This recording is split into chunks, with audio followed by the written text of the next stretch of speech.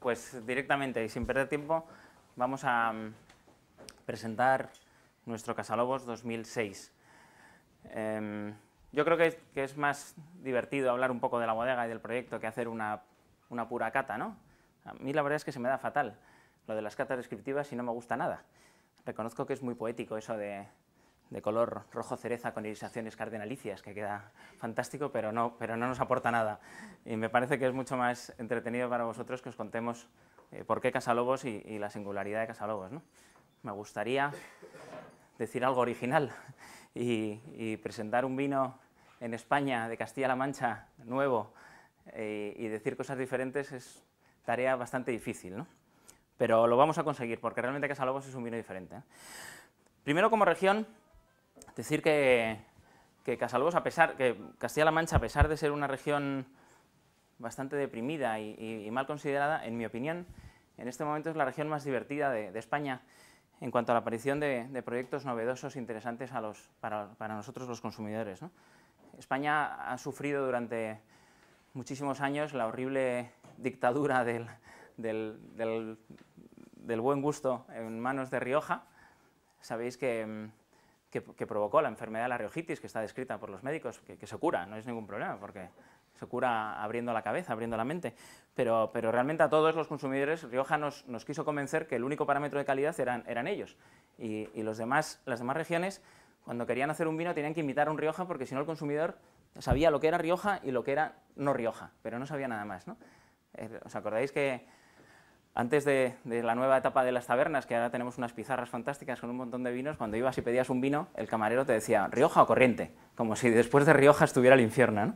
Entonces, afortunadamente, desde hace unos años, yo creo que se puede cuantificar, además, es a partir de los años, final de los años 80, primeros de los 90, existe un despertar de otras regiones que quieren demostrar que ellos también tienen vinos, que tienen vinos con personalidad única, que no tienen por qué parecerse a Rioja, sino que el consumidor lo que tiene que hacer es probar cada día cosas diferentes. Y Rioja es muy bueno, por supuesto, pero lo más divertido es probar cosas nuevas, ¿no? Igual que las angulas son muy buenas, pero si te dan todos los días desayuno, comida, merienda y cena, puedes acabar aborreciendo a las angulas. Pues con el vino a los consumidores nos debería pasar igual, y nos pasa a muchos ya eso, ¿no?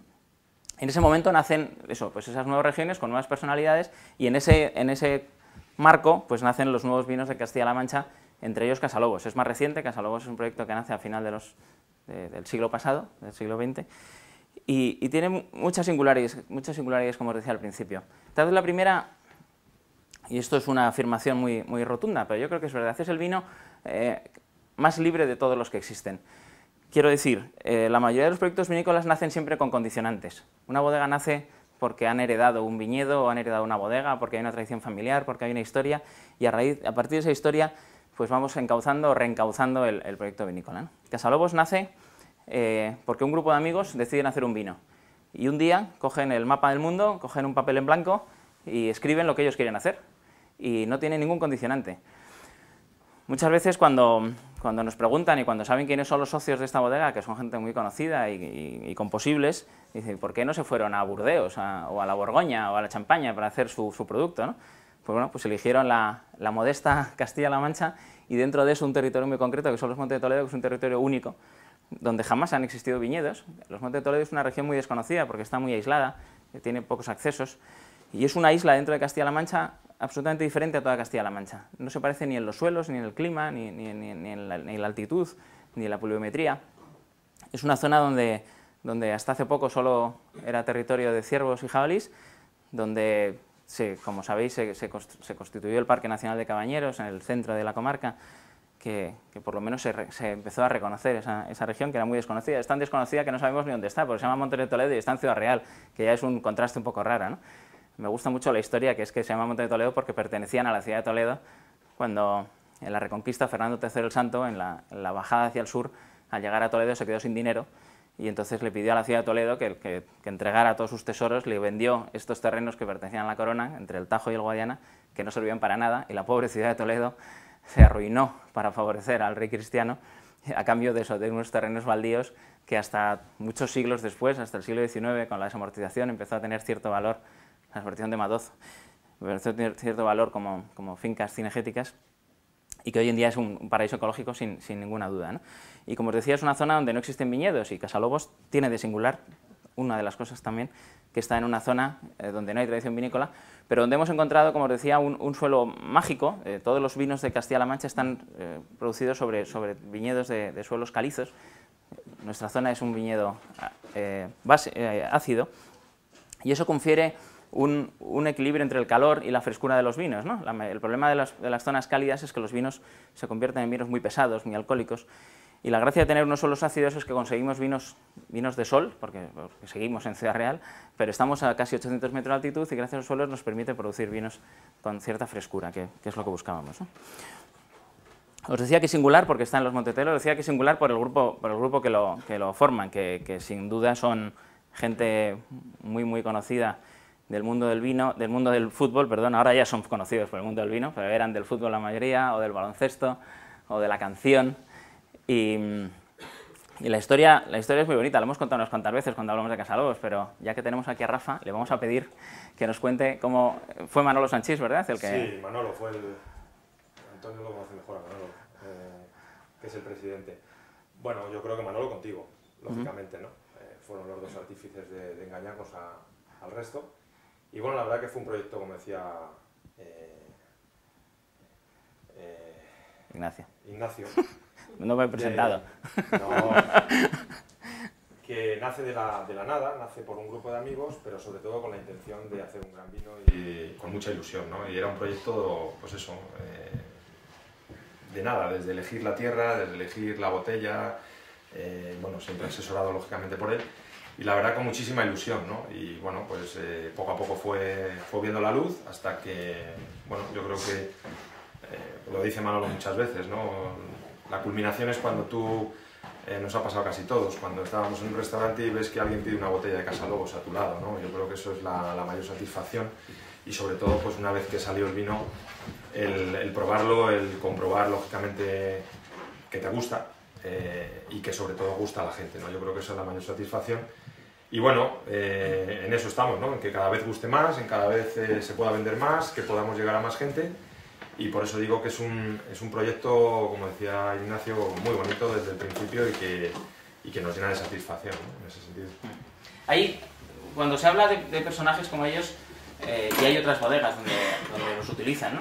El domingo en el periódico La Gaceta salió otra vez un reportaje que se llamaba El vino de los famosos, y volvían a salir todas esas caras que están detrás de algunos vinos. Y Casalobos también es diferente por eso, porque ellos no son unas caras que un empresario vinícola les ha regalado, les ha favorecido con unas acciones y se dedican a hablar de sus vinos porque tienen un cierto compromiso. Casalobos es un proyecto que ellos crean, que ellos ponen su pasta, que el presidente del consejo es Manolo Sanchís, el que se le ocurrió esa idea, y todos los demás son consejeros y participan activamente en el día a día de la sociedad, ¿no?